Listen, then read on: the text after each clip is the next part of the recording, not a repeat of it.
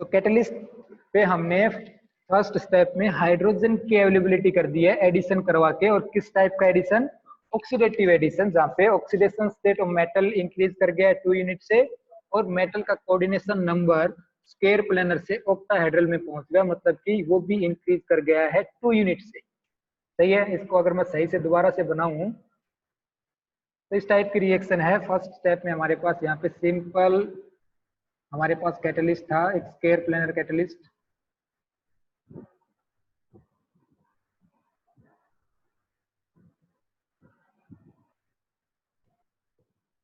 ये next step में हमने उसके ऊपर H2 ऐड करवाया, H2 ऐड हुआ, और एडिशन में सेम साइड से ऐड हुआ वो। ये तो था हमारे पास पहले इस टाइप का सिस्टम। और नेक्स्ट स्टेप में हाइड्रोजन ऐड हो गए यहाँ पे, और इस टाइप का हो गया ये। सही है।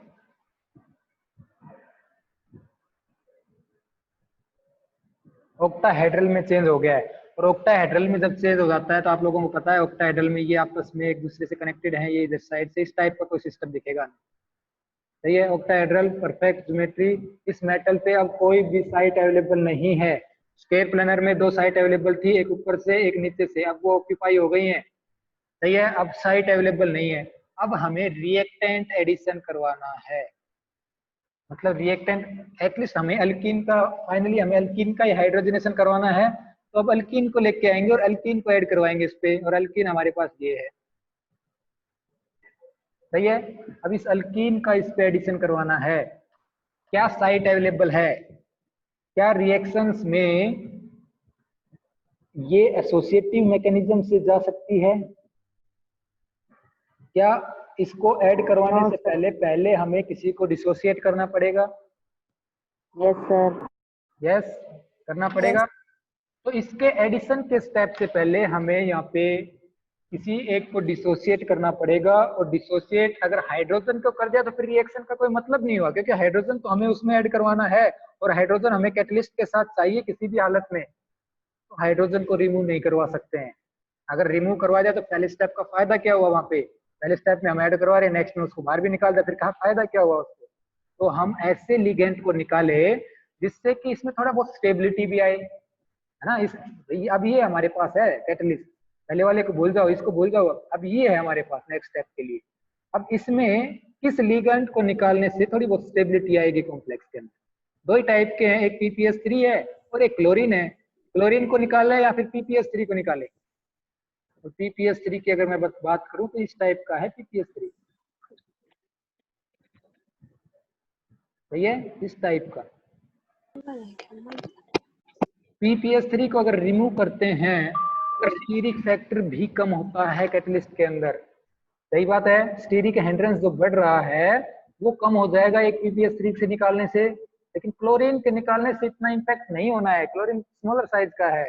तो एक यहाँ पे इसके एडिशन से पहले हमें यहाँ पे रिमूव करवाना पड़ेगा एक PPS। सही है। एक PPS3 रिमूव करवा दिया। ऑक्टाहेड्रल में अगर एक वर्टेक्स रिमूव करवा देते हैं तो किस टाइप का रह गया? Square pyramid.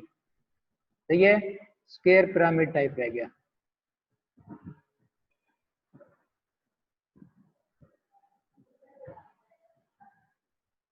ये सिस्टम रह गया अपने। सही है, ये सिस्टम रह गया। अब हमें नेक्स्ट स्टेप में हमें रिएक्टेंट एडिशन करवाना है। नेक्स्ट स्टेप में रिएक्टेंट एडिशन करवाना है। अब रिएक्टेंट एडिशन किस टाइप से होगा ये भी इंपॉर्टेंट चीज है, ध्यान देना इस बात पे। जब ये सिस्टम आएगा और मेटल से इंटरेक्ट करेगा तो इसका जो पाई बॉन्ड है, एक तो सिग्मा है यहाँ पे, एक पाई है, ये जो पाई बॉन्ड है ये जाके इंटरेक्ट करेगा इसके साथ। सही है, ये जाके मेटल के साथ इंटरेक्ट करेगा, और इंटरेक्ट करने के बाद इस टाइप से उसके साथ जुड़ेगा। वो इस टाइप से पहले पाई बॉन्ड जुड़ेगा उसके साथ, इस टाइप से जुड़ेगा उसके साथ। ऐसा नहीं दिखाएंगे कि एक कार्बन से कनेक्ट करके दिखा दिया, नहीं।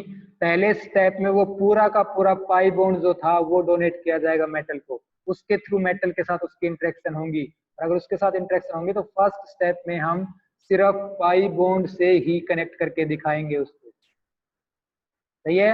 और बाकी तो हमारे पास जो है वो है, बाकी उसके अंदर जिस टाइप के लिगेंड लगे हुए हैं वो उसके साथ लगे हुए हैं, सही है। इस टाइप से हो गया। अब क्या करना है हमें, अब यहाँ पे देखो, अब हमारे पास वापस ऑक्टाहेड्रल हो गया है। अब ये जो सिस्टम है अपने पास, ये जो नीचे वाला पिरामिड है, वही पिरामिड पे ही है ये एल्कीन सिस्टम।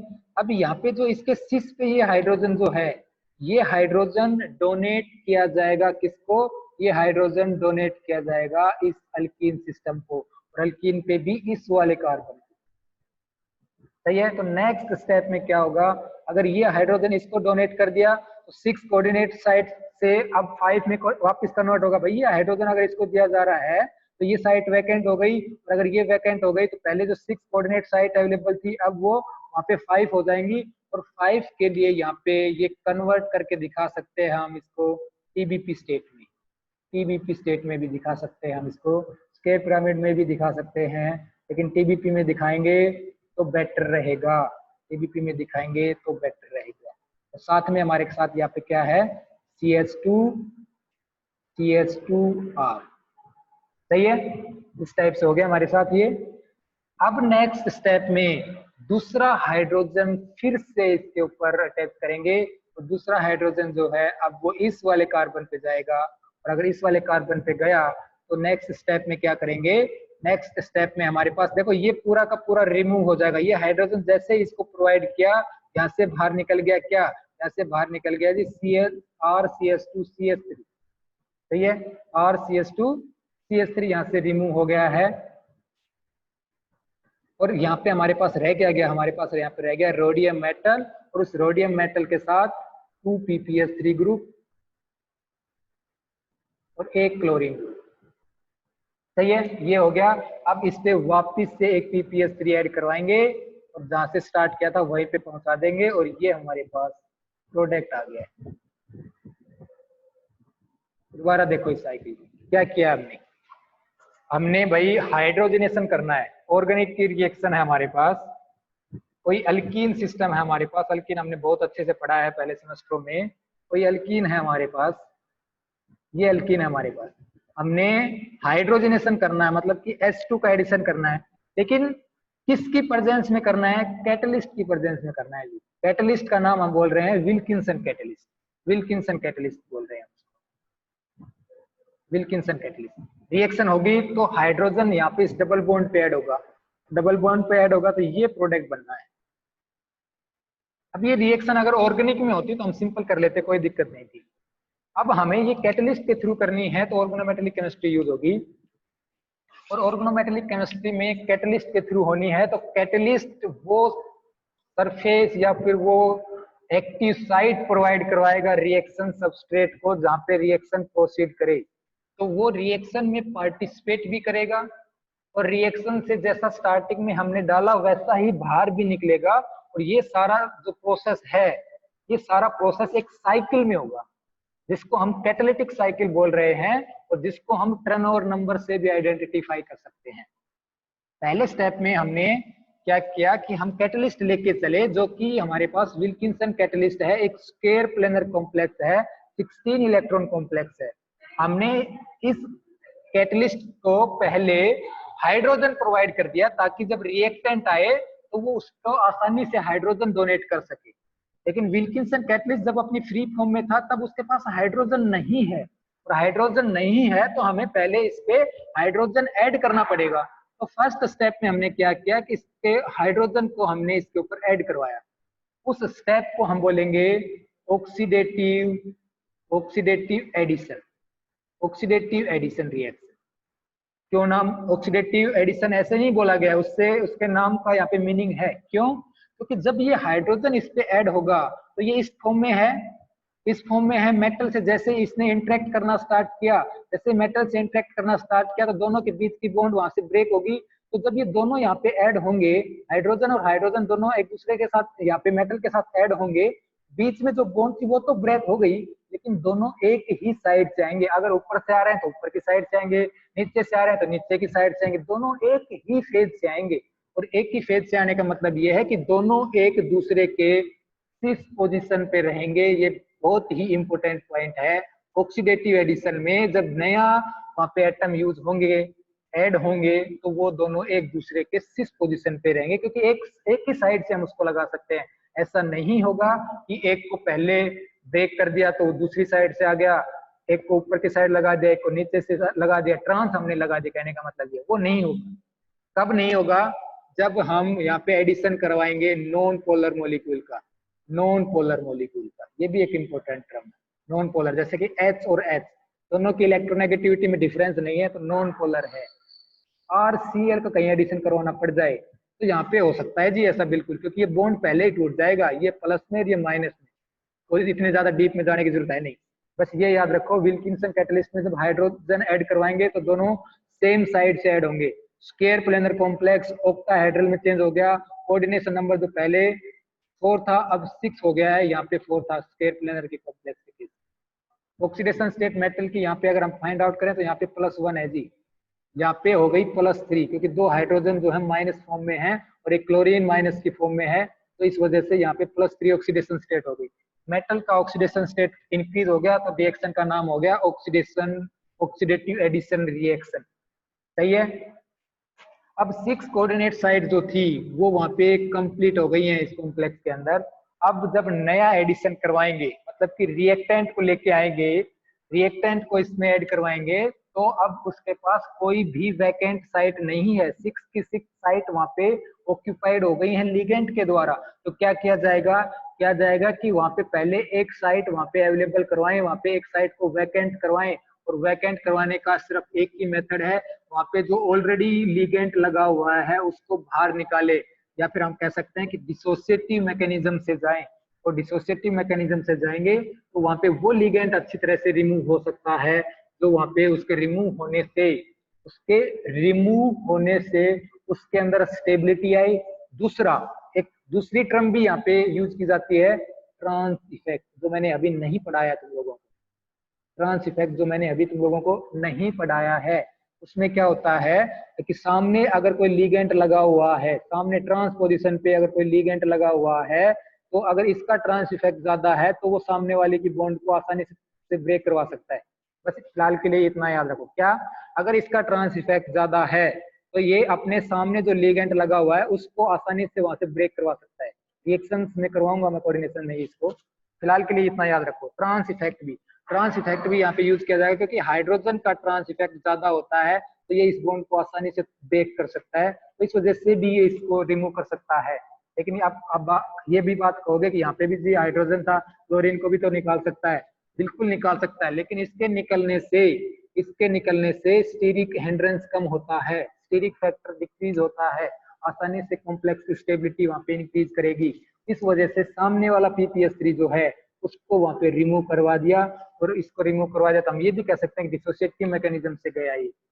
सही है। एक साइट अवेलेबल करवा दी, ये नीचे वाली साइट वैकेंट हो गई है जी, हमने रिमूव करवाने से एक लिगेंड को। अब इस वैकेंट साइट पे जो हम रिएक्टेंट ऐड करवाना चाह रहे थे, ये हमारे पास रिएक्टेंट, ये अल्कीन सिस्टम है, इसको हमने वहां पे ऐड करवाया।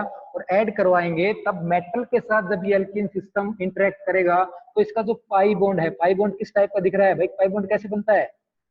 साइड वाइज ओवरलैपिंग से। भाई MOT में हमने पढ़ाया होगा, साइड वाइज ओवरलैपिंग से जब इनका एडिशन होगा तो पाई बॉन्ड इस टाइप का बनेगा, ये पॉजिटिव और ये नेगेटिव लोग जब मेटल से इंटरेक्ट करेगा तो ये पूरा डोनेट किया जाएगा। तो फर्स्ट स्टेप में ये पाई बॉन्ड के थ्रू मेटल के साथ इंटरेक्शन दिखाएंगे। ये जो डबल बॉन्ड है इसमें एक बॉन्ड के साथ फर्स्ट स्टेप में मेटल की इंटरेक्शन दिखाएंगे। सही है। नेक्स्ट स्टेप में ये जो सिस पे हाइड्रोजन जो है, ये हाइड्रोजन इस एल्कीन वाले कार्बन को ट्रांसफर होगा, और ये सिस्टम सिंपल 6 कोऑर्डिनेशन नंबर से ये 5 कोऑर्डिनेशन नंबर में चेंज हो जाएगा। सही है। 5 कोऑर्डिनेशन नंबर में चेंज हो जाएगा। नेक्स्ट स्टेप में फिर से हाइड्रोजन डोनेट किया जाएगा, और फिर से हाइड्रोजन अब इस वाले स्टेप में इस वाले कार्बन को डोनेट किया जाएगा। तो एज ए प्रोडक्ट हमारे पास RCH2CH3 मिलेगा, और रिएक्शन मिक्सर में हमारे पास रोडियम PPS3, सॉरी यहाँ पे PPS3 है। सही है, PPS3 है, और यहाँ पे इसके साथ क्लोरीन है। ये यहाँ पे कोऑर्डिनेशन नंबर 3 के साथ यहाँ पे रहेंगे। अब हमें वापस कैटेलिस्ट पे जाना है, तो हमें वापस से जो हमने यहाँ पे यहाँ पे PPS3 रिमूव करवाया था, उसको दोबारा से ऐड करवाया है और वापस जहाँ से चले थे वहीं पे विल्किंसन कैटलिस्ट पे हम पहुंच गए हैं। तो ये जो एक पूरा जो लूप हुआ, इस लूप को बोलेंगे कैटालिटिक साइकिल। और ये कितनी बार में होगा, कितने टाइम्स ये प्रोडक्ट देने के बाद ये कैटलिस्ट डीएक्टिवेट होगा, वो डिपेंड करेगा इसके टर्नओवर नंबर पे, या फिर हम कह सकते हैं कि वो दिखाएगा हमें इसका टर्नओवर नंबर कितना है। सही है, ज्यादा डीप में नहीं जाना है। मैं फिर कह रहा हूँ इतना हायर में नहीं जाएंगे ज्यादा। अब ये नहीं है कि हम कोई हाई स्टैंडर्ड की बुक खोल के बैठ गए इसके लिए, बस सिंपल याद ये रखने, एक दो स्टेप याद रखने हैं। हाइड्रोजनेशन कर रहे हैं, हाइड्रोजन का एडिशन करना है जी, डबल बॉन्ड पे करना है, तो एक हाइड्रोजन इस साइड, एक हाइड्रोजन उस साइड। सही है, कैसे करवा रहे हैं, कैटलिस्ट के थ्रू करवा रहे हैं। तो कैटलिस्ट पे अगर हाइड्रोजन अवेलेबल नहीं है तो पहले स्टेप में हमने उसको हाइड्रोजन दे दिया, उसने हाइड्रोजन ले लिए, अब हमने रिएक्टेंट उस पर ऐड करवा दिया, रिएक्टेंट को ऐड करवाने के बाद एक एक करके हाइड्रोजन को हमने उसको ट्रांसफर कर दिया। ये है, जिस स्टेप में ये दोनों रिमूव होते हैं इस स्टेप को भी बोलते हैं रिडक्टिव एलिमिनेशन। ज्यादा करने की जरूरत नहीं है, रिडक्टिव एलिमिनेशन। ना भी याद करो तो कोई प्रॉब्लम नहीं है, अगर याद कर लो तो बेटर है, क्योंकि आगे बहुत काम आने वाली चीजें हैं ये। तो विल्किंसन कैटलिस्ट से हाइड्रोजनेशन रिएक्शन हम इजीली करवा सकते हैं, और वहां पे हम एक दो स्टेप हैं उनको याद रखेंगे। सही है, शाबाश। कोई भी अगर किसी को भी प्रॉब्लम आ रही है बताएं। सही है, कोई प्रॉब्लम नहीं है, शाबाश। 3-4 बार लिख के देखेंगे इस साइकिल को, कैसे स्टेप फॉरवर्ड हो रहे हैं, कैसे वहां पे रिएक्शन हो रही है, तो वहां पे करके देखेंगे इसको। सही है, अगर किसी को कोई प्रॉब्लम आ रही है बताएं।